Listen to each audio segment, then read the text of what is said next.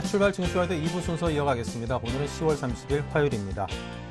저희 프로그램은 KT 올레 IPTV로도 함께 시청을 하실 수 있습니다. 많은 관심을 주시기 바랍니다. 자, 2부에서 준비한 내용들부터 살펴볼까요? 네, 김동섭의 마켓 포인트에서는 글로벌 주요 이슈를 분석하고 그에 딱 맞는 분석과 전략을 제시합니다. 네, 수급으로 보는 시장에서는 박재민 PD팀장과 함께 주체별 수급 상황을 분석하고요. 그에 맞는 투자 전략도 함께 짜보겠습니다. 이슈 정복하기 한종호 주식운용팀장과 함께 원화 강세에 따른 항공주의 영향, 제약주들의 상대적 강세가 앞으로도 지속될지 살펴봅니다. 네, 최병곤의 키포인트에서는 최병곤 전문위원이 오전장 정리와 함께 오장 전략을 짜드립니다. 네, 이 시각 시장의 자세한 흐름을 먼저 짚겠습니다. 시황센터의 김혜영 캐스터가 준비하고 있습니다.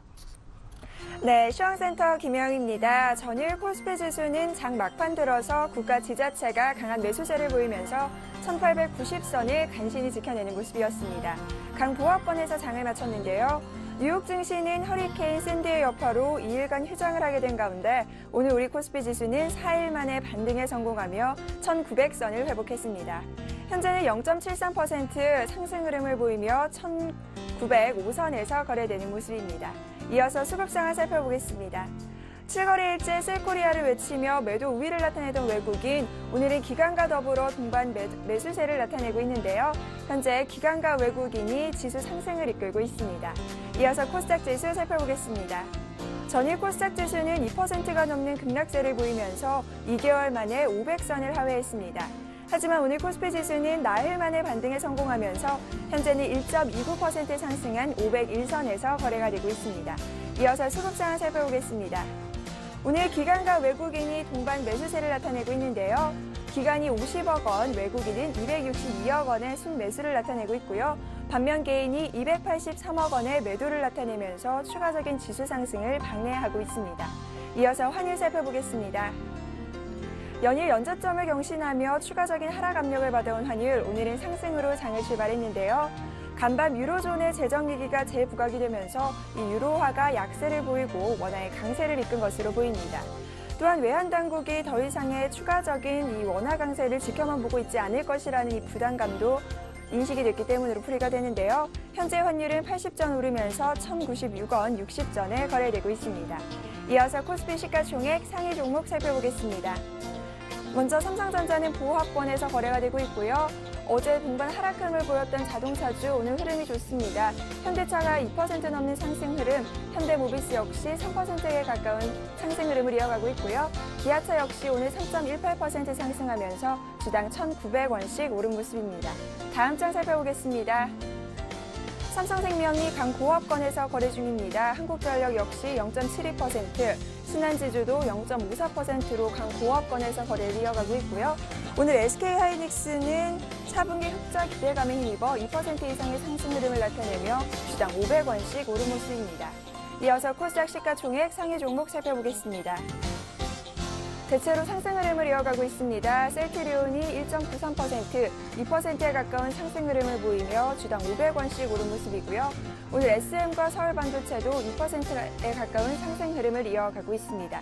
다만 다음만이 0.11%, 약 보합권에서 거래되는 모습이네요.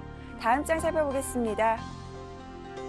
SK브로드밴드와 동선은 약 보합권에서 거래 중이고요. CJ ENM은 1.92%, 2%에 가까운 상승 흐름으로 주당 500원씩 오르는 모습입니다.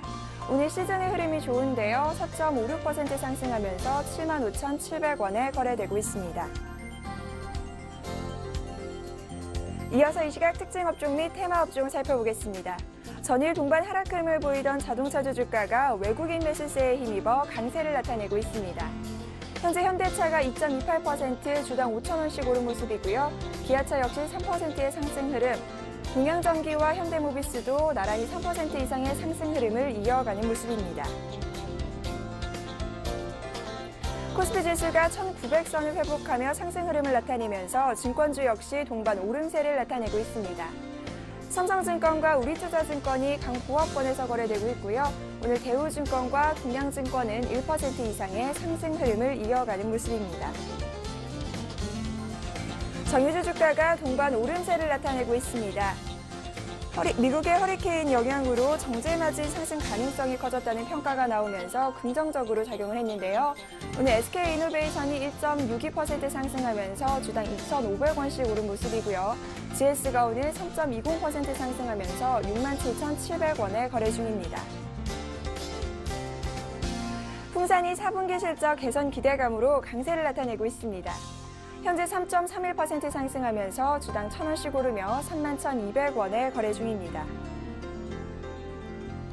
캠트로닉스가 3분기 사상 최대 실적을 내면서 강세를 나타내고 있습니다. 현재 6% 이상의 급등세를 보이며 주당 750원씩 오른 모습인데요. 현재 13,050원에 거래 중입니다. 자율투어 주가가 내각 기대감에 힘입어 오름세를 나타내고 있습니다. 현재 5.35% 급등세를 나타내는 모습을 이어가고 있습니다.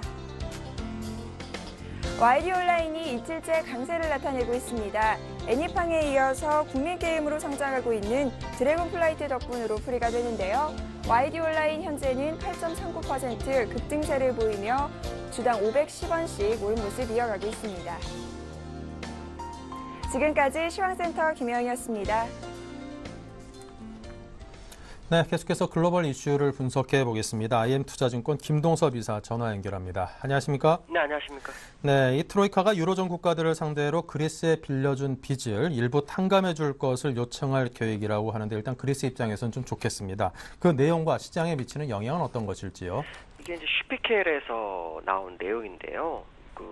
트로이카라 해서 이제 유럽중앙은행 ECB하고 유럽연합 EU, 그다음에 국제통화기금 IMF가 그리스를 얼마 전에 이제 실사를 했죠. 실사를 하고 보니까 지금 그 긴축을 다 하는데 좀 어려움이 있지 않느냐라는 부분이 이제 공감대를 형성한 것 같고요. 그들이 이제 EU에 부채 탕감에 대해 요청할 것이다라고 하는데 내용을 보면은 그 국내 총생산 대비로 이제 160%가 그리스 부채가 좀 넘습니다. 이 부분을 이제 120%까지 2020시가 낮춰야 되는데 문제는 이제 이때까지 그 채권을 상각해 준 것이 이제 민간 채권자들이었거든요. 근데 이제 국가 차원에서 논의가 좀 이루어져야 된다. 결국 뭐 20이라든가 17개국에 있는 나라들이 채무를 탕감해줘야 된다. 뭐 이런 얘기가 지금 나오고 있는 거고 거기에 대해서 이제 독일은 상당히 좀 반대를 하고 있는 상황이고요. 또 20위는 법적으로 채권을 상각할 수 없는 상황이기 때문에 이거를 이제 구제금융펀드인 EFSF에 출자한 채권 국가들 출자 비율대로 따라서 이렇게 나눠서 해야 된다. 뭐 이런 얘기가 지금 나오고 있는 상황입니다. 제가 보는 견해로는 그 독일이 이제 반대를 하고 있지만 결국에서는 독일에서도 찬성할 수밖에 없는 상황일 것이다. 왜냐하면 이번에 트로이카 실사하면서도 한 150개 정도의 어떤 뭐 추가적인 분야에서 삭감을 긴축을 하겠다라는 얘기가 있었고 또 이번에 이것도 의회에서 통과가 이루어져야 되는 상황이기 때문에 아직 결과가 미진한 상황이죠. 그렇기 때문에 사실 그 유로존의 어떤 국가들이나 메르켈이 반대해서 얻을 상황은 아니다라고 보여지고 있고요. 아마도 이 부분이 이제 추가적인 그리스 빚 탕감이 될 경우에는 아마도 시장에는 상승 모멘텀이 형성될 수 있다라고 판단하고 있습니다. 네, 자 그리고 미국에서는 허리케인 샌디가 이 동부 지역을 강타할 것으로 예상이 되면서 뭐 항공편이 중단되는 것은 물론이고 미국 증시도 지금 이틀째 휴장을 하고 있습니다. 자, 미국 경제 흐름에 대한 우려까지 야기되고 있는 상황인데요. 자, 앞으로 시장에 미칠 영향을 어떻게 내다보시는지요? 샌디가 그 시속 90마일로 온대죠. 야구 선수로 된 박찬호의 구속하고 똑같은 상황인데 엄청난 그게 오고 있나 봅니다. 그게 이제 뉴욕 시장도 한 이틀간 장을 못 열게 하는 부분도 있지만 이게 이제 경제적으로 보면 한 200억 불 정도, 우리나라 한 22조 정도의 손실 가능성이 있다고 하죠. 근데 이걸 이제 다른 쪽으로 해석을 한번 해볼 필요성이 있는데요. 샌디로 인해서 오바마 대통령 입장으로서 상당히 좀 도움이 될 수 있는 부분 또한 있습니다. 왜냐하면 지난달에 실업률이 7.8%가 나왔을 때 시장에서는 조작이다라는 얘기까지 나오면서 시장의 상승을 막 가로막는 그런 상황이었죠.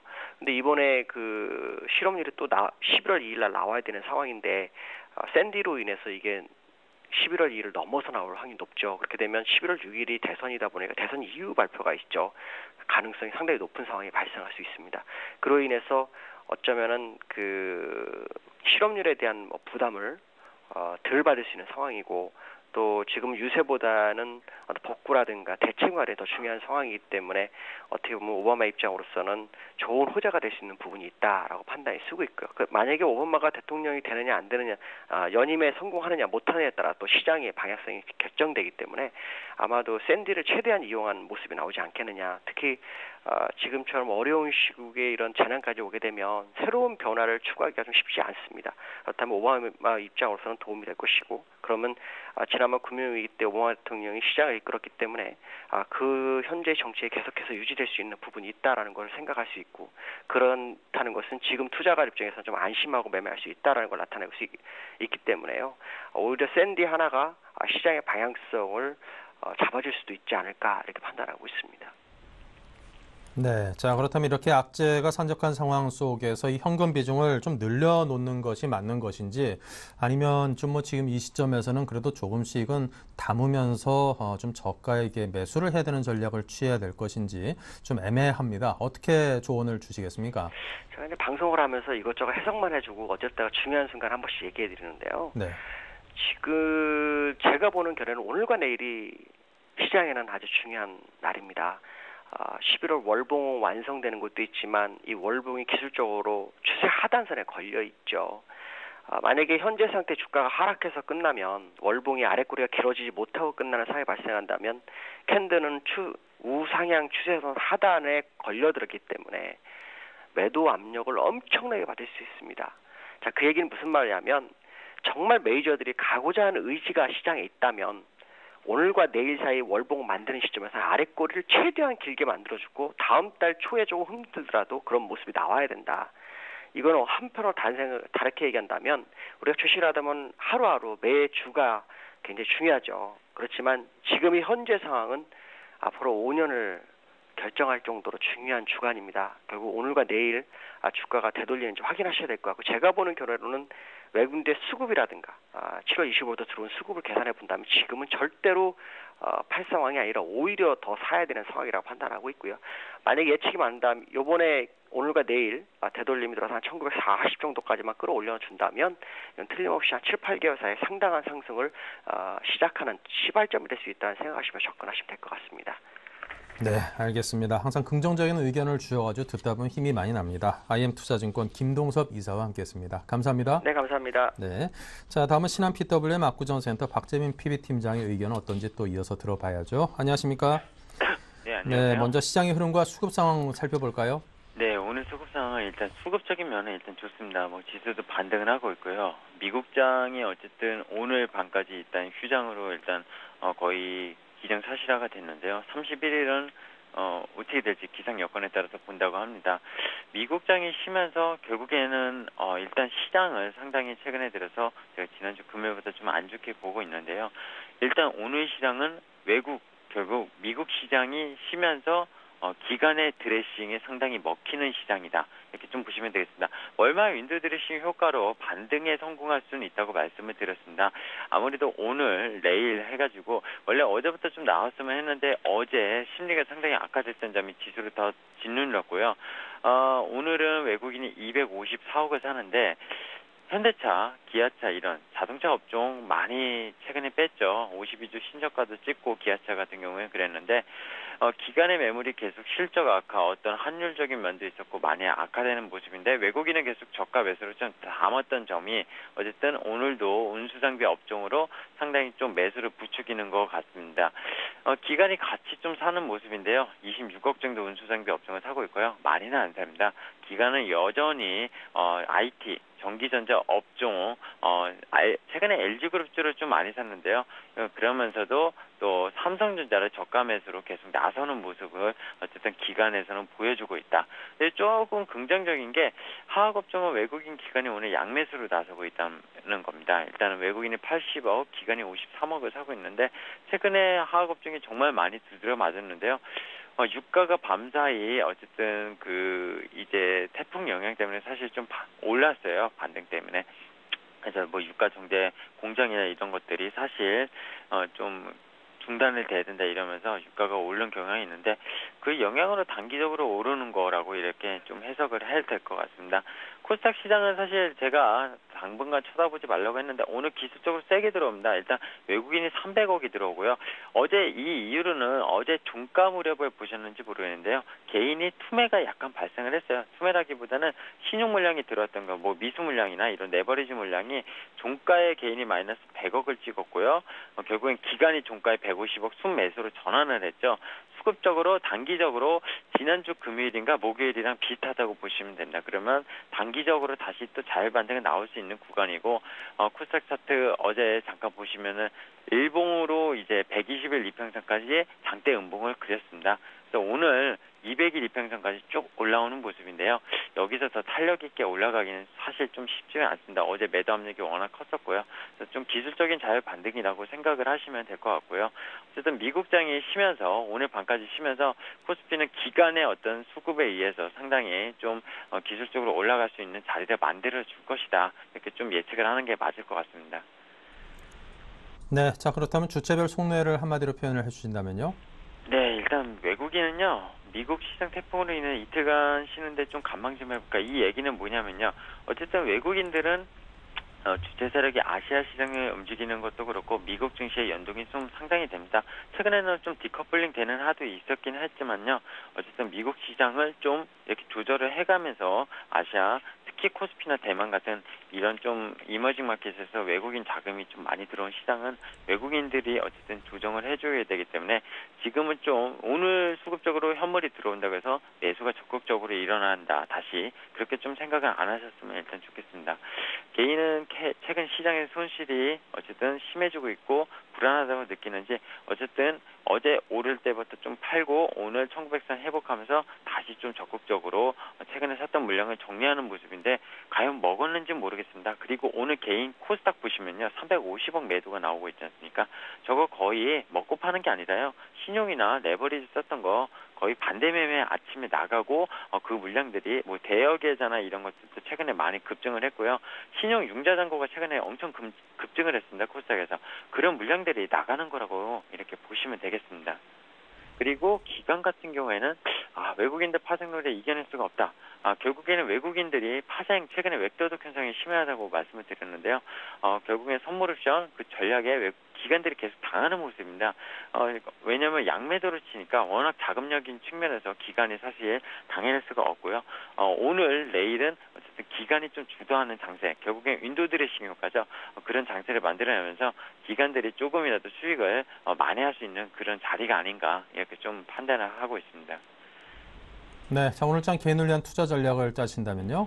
네, 최근에 유동성 장세가 어쨌든 미국 그 드라기 총재랑 그리고 버냉키 총재 말 이후에 계속 나온다고 말씀을 드렸는데 그 유동성 자산이 국내로 유입되는 건 분명합니다. 환율이 1,100원이 깨졌고요. 계속 어쨌든 원화 강세가 일어나고 있지 않습니까? 근데 그 유동성이 안전자산으로 선호도가 높다는 게 주식시장의 침체라는 겁니다. 왜냐하면 환율이 계속 올라가고 있고요. GDP 쇼크도 있었고요. 지난주에는. 그리고 기업들의 어닝 쇼크가 계속 이어지는 가운데 그러다 보니까 외국인들이 주식을 사기보다는 채권을 사고 있습니다. 실질적으로 원화가 강세로 주식시장에서 외국인 매도세가 시절달 때에서 1조 2천억 정도 나왔는데 불구하고 채권 시장에서 지난달 26일, 9월 26일부터죠. 1개월 동안 집계를 해본 게 3조 4천억 정도 국내 국채 현물을 순매수를 했습니다. 외국인이. 이거는 통계적으로 집계가 된 물량을 말씀을 드리는 겁니다. 1조 2천억을 주식시장에 뺐고 3조 4천억을 채권시장에 샀다. 상당하죠. 3배 규모입니다. 그러니까 유동성은 들어오는 거는 분명합니다. 왜냐면은 선진국 같은 경우 특히 미국 같은 달러 지금 워낙 지금 저금리 아닙니까? 뭐 거의 제로 금리인데요. 우리나라 국채 시장만 들어와도 2, 3%대 뭐 10년물, 3년물 사더라도 2에서 3%대 수익률을 저금리에 조달을 해서 먹을 수 있는데 안 들어올 이유가 없다는 거죠, 기본적으로. 근데 이제 저는 이 자금이 주식 시장으로 옮겨가길 사실 바랬었는데 그러기에는 미국 재정절벽 이슈랑 같이 맞물리면서 또 국내의 어떤 경제 여건이 상당히 우호적이지 않다는 게 외국인들이 이 채권에서 주식 자산으로 넘어가는 그 속도가 가파르게 나오지도 않고 오히려 넘어오지도 않고 있다는 게 주식시장이 어렵다고 일단 판단을 했습니다. 그리고 지난주에 금요일날 발표한 한국 GDP는 상당히 좀 쇼킹했습니다. 사실 유로존의 어떤 GDP나 미국의 GDP를 성장률을 봤었을 때 한국 성장률이 과연 그럼 현대차, 기아차 그리고 삼성전자 어떤 그런 대기업의 실적을 빼고서 정말 보잘것 없는 게 아니냐. 물론 다른 기업들의 실적이 발표되면서 그것을 방증하고 있습니다. 은행업종도 3분기가 어닝 쇼크라고 지금 예견이 되고 있는데요. 결국엔 뭡니까? 저금리 그리고 저성장. 이런 시대가 본격적으로 계속 도래가 되고 있고요. 은행업종 같은 경우에 뭐 부자, 뭐 증세 이런 것들이 계속 정책적으로 때려맞고 있기 때문에 은행가에 대한 사회적 압박도 계속되고 있습니다. 금융권이 이러고요. 뭐 굴뚝 산업인 포스코, 철강 이런 포스코가 본격적인 구조조정 돌입을 했다고 오늘 뉴스 나오더라고요. 백화점이나 쇼핑몰 세 곳을 또 매각키로 했다는데 이랜드나 이런데 사업부가 좀 매수를 의사를 타진 중이라고 합니다. 기본적으로 뭡니까? 워낙 어려우니까 자기네 주력 사업인 철강 산업을 제외하고서는 팔겠다는 겁니다. 일단 기본적으로 경기 불황이 어쨌든 겹치게 되면은 어쨌든 현금이 필요하기 때문에 파는 거죠. 제가 최근에 주식을 좀 올라오면 팔아. 오늘 같은 경우 그리고 내일 같은 경우 기회가 될 수 있다고 봅니다. 미국 시장에 마침 또 쉬어지고 있고요. 그로 인해서 기간의 윈도 드레싱이 효과적으로 먹히고 있는 시장에서는 어쨌든 현물을 오늘 개인들이 순점에 나가는 물량이 제외하고서는 파는 분은 저는 잘한다고 보고 있습니다. 단기적으로 현금 보유를 하셔야 됩니다. 기업들도 현금 보유를 하는데 어쨌든 실적이 안 나오고요. 그리고 기업들이 업황이 워낙 안 좋고요. 어제 10월 BSI 한국은행에서 68로 발표를 했습니다. 전월 대비 또 1포인트 빠졌어요. 기업 실사지수도 안 좋습니다. 그러니까 경제 지표들이 미국이나 중국은 바닥을 턴하고 올라가고 있는데 한국은 점점 더 내려가고 있습니다. 물론 4분기에 개선된다고 하는데요. 환율적인 측면으로 봤을 때는 기업들의 그런 어떤 어닝이라든지 이 개선 속도가 나올 것 같지 않다. 이렇게 좀 개인적으로 판단을 하고 있고요. 실질적으로 경제 지표들은 계속 유심히 좀 체크를 해가면서 어쨌든 주식시장을 같이 체크해야 됩니다. 저도 증권사에 근무하지만 오늘 또 이트레이드 증권도 또 매각된다고 하지 않습니까? 그리고 증권사 지금 전 증권사가 아마 지점의 절반 이상이 적자입니다. 거의. 이 이유로는 물론 수수료 인하 이런 것도 있지만 워낙 안 좋기 때문에 주식시장에 참여하는 그런 옛날처럼 개인들의 투자 비중이 상당히 높다고는 하지만 실제적으로 참여하는 비중은 상당히 낮습니다. 그것들이 사실 지금 주식시장이 상당히 안 좋다는 걸 방증하고요. 역발적으로 주식시장이 안 좋을 때 이렇게 안 좋은 비관론들이 또 도래할 때 투자해야 되는 거 아니냐. 사실 그 말씀은 맞습니다. 하지만 경제가 우호적이지 않다는 것, 거시적으로 국내 경기가 더욱 안 좋아질 수 있다는 점은 조금 시장을 좀 바라보는 시각을 좀 한 발 이렇게 뒤로 물러서서 좀 생각을 해볼 시간을 갖고 대응을 하시는 게 맞을 걸로 보이고요. 그리고 제가 말씀드렸던 마지막으로 오늘 11월 6일 미국 대선입니다. 이게 얼마 안 남았는데요. 이거 보고 좀 전략을 다시 세워도 늦지 않을 거라고 일단 생각을 하고 있습니다.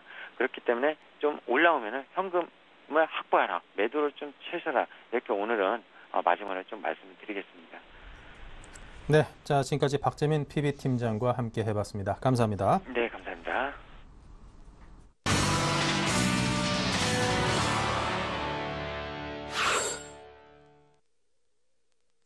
네, 전문가들의 12자 투자 전략 보겠습니다.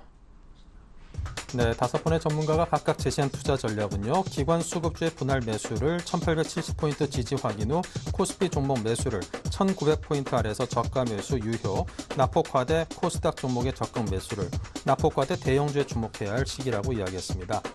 네, 관심 업종으로는요. JB스타 IT 음식료 업종과 IT 부품주, 전기전자 업종, 스마트카 관련주, 건설 업종을 이야기했습니다. 네, 오늘은 JB스탁의 박소영 연구원입니다. 안녕하십니까?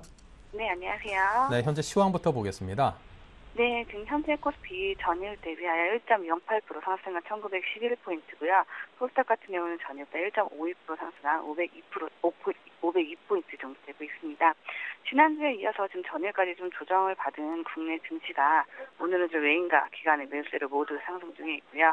코스피, 코스닥 시총상인 종목 역시 대부분의 상승 혹은 소폭의 약보합세를 보이고 있으며 업종별로는 역시 대부분 상승세를 띠고 있습니다. 특징주로는 지금 첫 번째로 말씀드릴 현대차, 3인방인 현대차, 기아차, 현대모비스가 모두 지금 3분기 실적 부진과 워낙 강세에 따른 부담에 좀 약세를 보여왔는데 오늘 같은 경우는 이제 주가가 좀 지나치게 저평가됐다는 인식에 따라서 외국계 매수로 인해 지금 사흘 만에 좀 반등 중인 모습입니다. 두 번째 특징으로는 3분기 실적 개선에 따른 LG 그룹들이 어제부터 상승 중에 있는데요. 오늘 역시 LG와 LG전자, LG디스플레이 등의 지금 LG 그룹들이 이틀째 상승 중에 있습니다. 특히나 어제 LG전자 같은 경우에는 이제 구글 레퍼런스 폰인 넥서스4를 공개를 했는데요. LG전자 주가 상승은 스마트폰 경쟁력 강화에 따른 이제 기대감이 주가에 반영된 것으로 보입니다. 기존의 LG전자의 스마트폰의 경쟁력이 이제 경쟁업체들보다 좀 뒤진다는 판단에 별로 이렇게 좋지 않았던 주가가 이제 스마트폰 경쟁력 강화의 기대감이 좀 생기면서 이제 그 부분이 주가에 좀 반영이 된 것으로 보여지고요. LG 디스플레이 역시 이제 내년 공급 증가가 수요 증가를 좀 밑돌면서 수급의 개선이 좀 예상이 되고 재고 상황에 따라 좀 안정적으로 가격 급락이 좀 제한적이라는 이런 긍정적인 이유로 당분간 LG 그룹의 주가는 좀 좋아 보일 것으로 예상이 됩니다. 그와는 반대로 지금 3분기 부진한 실적 발표의 영향으로 인해서 사흘째 하락 중인 종목도 있는데요. 바로 호텔신라라는 종목입니다. 3분기 실적은 전망치에 대비하면 거의 쇼크 수준으로 지금 주가사들이 속속 목표가를 하향 조정함에 따라 모멘텀이 좀 소진이 되고 있어서 주가도 역시 잠시 좀 숨을 고르는 것으로 보이고 있습니다. 코스닥 특징주로는 지금 10월 초부터 좀 조정을 받았던 이트레이드 증권이 인수합병설로 이제 오늘 같은 경우는 상한가에 치솟았는데요. 특별한 호재가 없었던 탓에 이번에 인수합병 소식이 좀 투자자들의 이목을 좀 이끈 것으로 좀 보입니다. 이트레이드 증권은 온라인 증권 이제 2위 업체로 이트레이드 증권의 최대 주주인 이제 사모투자 펀드 GNA가 이제 4년여 만에 투자금 회수차로 이제 보유 지분의 84.58% 정도로 매각을 하기로 하고 지난주에 이미 벌써 이제 투자 설명서를 이제 잠재적 인수자들한테 보낸 것으로 좀 알려졌는데요. 매각 가격은 지금 약 한 3,500원에서 400억 정도가 될 것으로 전망이 되고 국내 증권사 이제 금융회사, 사모펀드 한 대여섯 곳 정도가 관심을 보이는 것으로 알려졌습니다. 지금 이제 뉴욕 증시 같은 경우는 미국 동부 지역을 좀 강타하고 있는 초대형 허리케인이라는 샌디라는 허리케인으로 지금 이틀 연속에 휴장을 하고 있는데요. 이에 따라 이제 유럽 주요 증시들도 지금 태풍이 보험사에 미칠 소에 좀 민감하게 반응을 하면서 좀 하락을 맞았는데 이제 이러한 주가 영향 좀 제한적인 것으로 판단을 하며 이번 주 이상은 이제 지난주 조정 과정에서 이제 60주 전 이동평균선이 하향 이탈을 했는데요. 이런 모습이 이제 주목상 장기 횡보를 좀 보이지 않을까 생각이 드는데 일봉상 120선 이평선 부근이 1870선의 그 부분 지지를 좀 한다면 단기적으로 추가 조정 가능성이 좀 제한적일 것으로 보기 때문에 이제 오늘 같은 경우는 이제 매수 기회로 좀 말씀을 드리고요. 중기적인 조정 가능성을 좀 염두에 두시고 단기적인 매매 전략을 좀 구사해 보시고요. 업종별로는 탄탄한 상승 추세를 좀 지금 이제 형성 중인 IT 부품주와 음식 업종과 제약주 정도에 관심을 좀 가져보시기 바랍니다. 네. 자, 업종은 어떤데 IT 부품주에다가 말씀을 하셨던데요. IT 부품주 설명을 부탁드립니다. 네, 이제 앞서 말씀드렸듯이 지금 업종별 좀 탄탄한 상승 추세를 이끌어주고 있는 IT 부품주를 제가 좀 추천을 말씀드리는데요. 그중에 바로 좀 종목에 대해서 바로 연결을 지어 좀 설명을 같이 드리도록 하겠습니다. 제가 오늘 좀 추천드릴 종목은 ICD라는 종목인데요. ICD라는 기업은 아몰레드 시각장비 국내 1위 업체입니다. 지금 삼성 디스플레이에서 OLED 증설 투자에 좀 필요한 장비 발주가 좀 임박했다는 소식에 수혜 관련주가 나오는데 그중에 ICD도 이제 수혜 기대주 중 1위 이제 최고로 이제 꼽히는 종목이고요. 지금 아몰레드 장비 공급 가능성은 여전히 높은 상태로 그 부분에 좀 기대를 해보시고 ICD 같은 경우는 유보율이 1000%가 넘고 지금 최근 자사주도 매입 완료한 종목으로서 차트로 좀 설명을 드리게 된다면 작년 고점 41,000원에서 지금 최저점 12,500원을 찍고 쌍바닥을 좀 형성을 하고 있습니다. 최근 주가는 고점 대비 네토막 정도로 찍고 지금 3개월째 지지 라인을 구축 중인데요. 급락 후에 모든 이평선이 지금 처음으로 모아지려고 하는 초입 국면으로 급락했을 시에 전저점을 이탈하지 않는다는 그 점이 좀 긍정적으로 보고 있습니다. 주가는 지금 3개월 박스권을 만든 것은 이번에 이탈시키지 않고 또 금일 기간의 매도나 거래량이 거의 없었다는 점이 오히려 좀 더 긍정적이고요. 수급으로 말씀을 드리면 외국인들은 이제 그동안 계속 매도를 하다가 좀 조금씩 순 매수로 돌아서고 있는데요. 오히려 거래량이 없을 때 물량을 좀 모아 보시고 기다릴 종목으로 ICD를 좀 추천을 드리겠습니다. 매수가 같은 경우는 13,000원에서 13,500원이시면 이제 그 부분에서는 매수가 가능하다고 밴드까지 좀 지정을 해드리고요. 손절가는 12,400원과 목표가는 16,000원을 말씀드리도록 하겠습니다. 네, 자 오늘 이렇게 해서 ICD에 관해서 말씀을 들어봤습니다. 박소영 연구원의 추천 종목이었습니다. 감사합니다.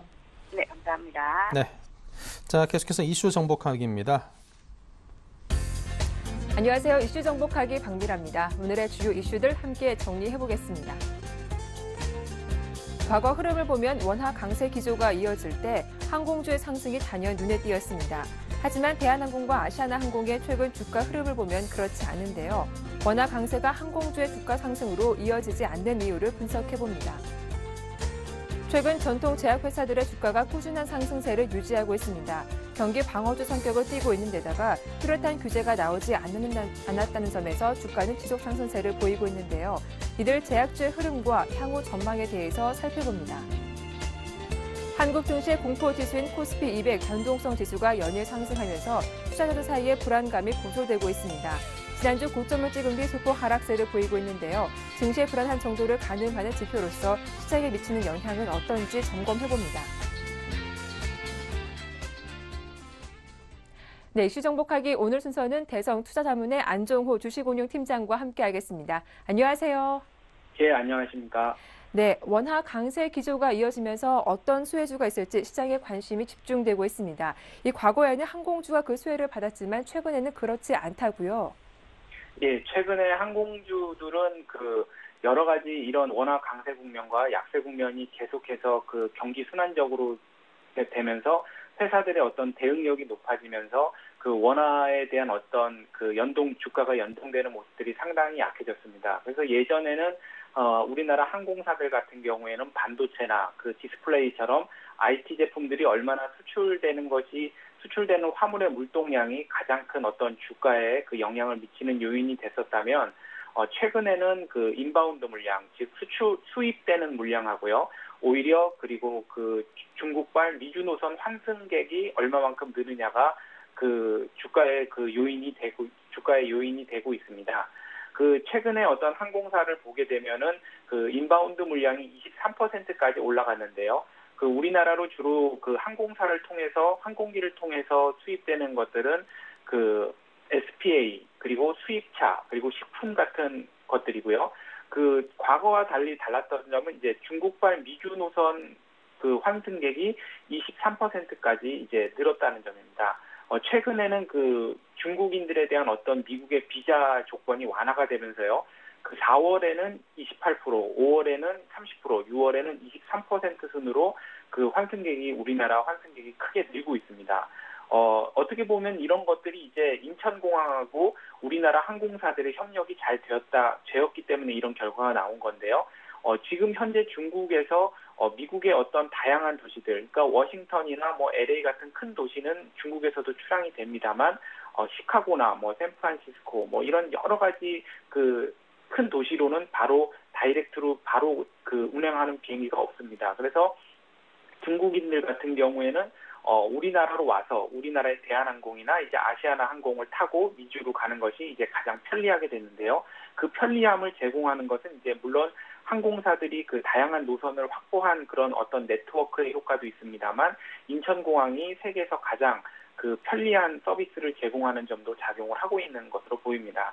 그리고 또 예전에 유가하고 관련해서는 유가가 오르고 내리는 거에 따라서 주가가 움직였습니다만, 최근은 유류 할증료가 잘 연동이 되고 있습니다. 그래서 실적에는 유가가 오르고 내리는 것이 그렇게 크게 영향을 미치지 못하는 조건으로 바뀌었고요. 오히려 이렇게 만성적인 고유가에도 불구하고 유류 할증료가 높은데도 승객 수가 많은 것이 오히려 특이한 점이다라고 최근에는 보고 있습니다.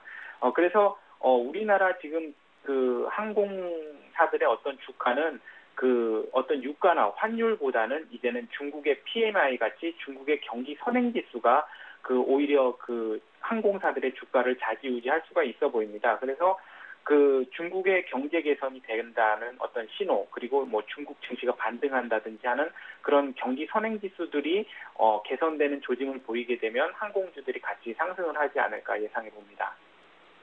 최근 시가총액 상위 종목군들 흐름이 상당히 부진했습니다. 그런 가운데 전통 제약주 흐름은 상당히 강했는데요. 어떤 점이 주가의 호재가 됐는지, 또 앞으로 전망은 어떤지 분석해 주시죠. 전통 제약주들이 상당히 주가가 좋았는데 그 회사들이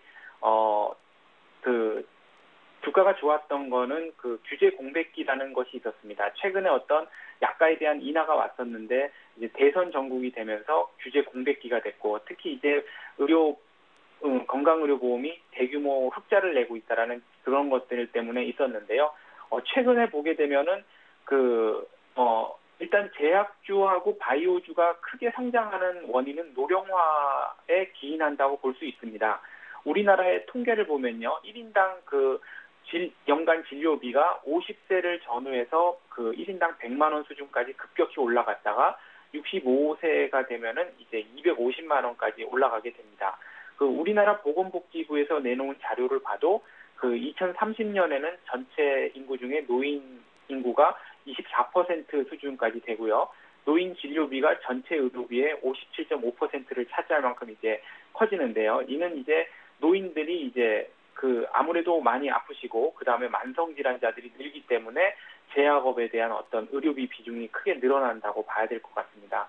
일본의 예를 봐도 일본이 예전에 잃어버린 10년 혹은 잃어버린 20년 이러면서 증시가 상당히 침체됐음에도 불구하고 제약 업종들은 상당히 상승을 했었습니다. 그 이유 중에 하나가 이제 일본의 노령화가 계속 급격히 진행됐다라는 건데요. 일본의 사례를 보게 되면은 제약업이 상당히 발전을 하게 되면은 약가에 대한 부담이 있기 때문에 정부에서 약가에 대한 통제를 하게 됩니다. 우리나라도 이제 최근에는 주가가 좋았습니다만 대선 전국 이후에는 아무래도 보건당국자가 새롭게 임명이 되고 하게 되면 새로운 정책을 추진하면서 약가에 대한 어떤 통제가 이루어지면서 주가에 좀 부정적이지 않을까 싶은데요. 최근에 이제 얘기되고 있는 약가제로는 포괄 수가제가 있고요, 참조 가격제 같은 것들이 있습니다. 이런 전통 제약 회사들은 상당히 어렵습니다만 어떤 바이오주나 신약을 만드는 회사들은 어떤 약가 정책에 대해서 비교적 자유롭고 또 새로운 정부에서 혁신형 제약 산업에 대해서는 지원을 해줄 가능성도 높기 때문에 새로운 정부 출범 후에도 신약을 만들거나 바이오 업체들은 기대감이 커 보입니다. 네. 끝으로 증시의 불안한 정도를 표현해주는 변동성 지수가 연일 상승하면서 시장의 불안감 또한 함께 높아지고 있는데요. 과연 시장에는 어떤 영향을 주게 될지 좀 간략하게 정리해 주시죠. 예, V코스피라고 해서 선물의 어떤 콜옵션과 풋옵션의 가격을 체크해서 30일 동안에 어느 정도 주가가 변동할 것인가 하는 그런 보조 지표가 있는데요. 지금 최근에 보조 지표가 상당히 낮은 15레벨까지 있다가 최근에 18% 정도까지, 18 정도까지 올라가면서 시장에서는 보고 있습니다. 하지만 이런 지표를 이제 시장에서 보고 있다는 것 자체가 이제 약간 시장에 대한 어떤 매크로적인 글로벌 리스크가 생기는 거 아닌가 이런 거를 생각하고 있는 것 같은데요. 최근에 이제 미국의 재정정일벽이나 스페인의 어떤 구제금융이 빨리 신청되지 않는 것을 생각하고 있는 것 같습니다. 하지만 최근에 2011년 8월에 그리스 이제 문제가 생겼을 때 이 지표가 70까지 올랐었던 것을 생각해 본다면 지금의 어떤 17, 18 그리고 20 이하에 있는 것은 상당히 안정적이기 때문에 글로벌 매크로는 상당히 좀 안정돼 있는 것으로 시장에서는 보고 있는 것으로 이제 알 수 있을 것 같습니다. 네, 대성투자자문의 안정호 주식운용팀장의 도움 말씀이었습니다. 말씀 잘 들었습니다. 네, 감사합니다. 지금까지 이슈 정보카기였습니다.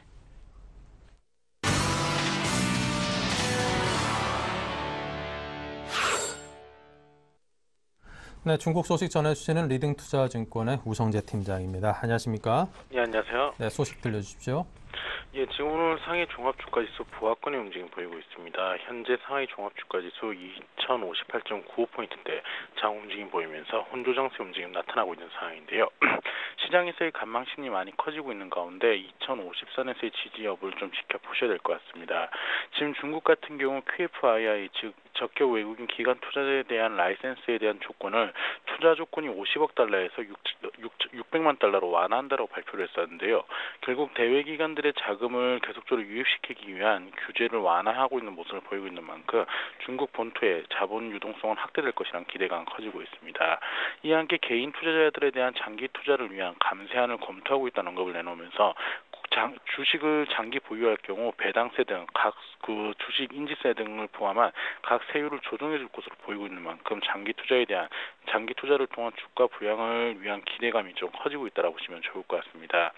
지금 중국 외신에 의하면 중국의 올해 지지율이나 가능성은 좀 제한적이라는 언급을 내놓으면서 이러한 부분에 따른 시장에서의 부담감들이 좀 나타나고 있는 상황인데요. 이와 함께 중국의 장기 경제 성장에 대한 우려감이 확대되는 모습을 보이면서 시장에서의 불안감들이 좀 커지고 있다고 보시면 좋을 것 같습니다. 오늘 상하이 종합주가지수 지금 다음 달에 있을 전인대를 앞둔 시장에서의 관망 심리가 좀 많이 커지고 있는 가운데 시장에서의 방향성을 잡지 못할 것으로 보이고 있습니다. 결국 오늘 부하권 혼조장성 좀 전망되고 있는 만큼 이러한 부분 염두하시고 접근하셔야겠습니다. 네, 잘 들었습니다. 지금까지 리딩투자증권의 우성재 팀장과 함께한 중국 소식이었습니다. 감사합니다. 네, 고맙습니다.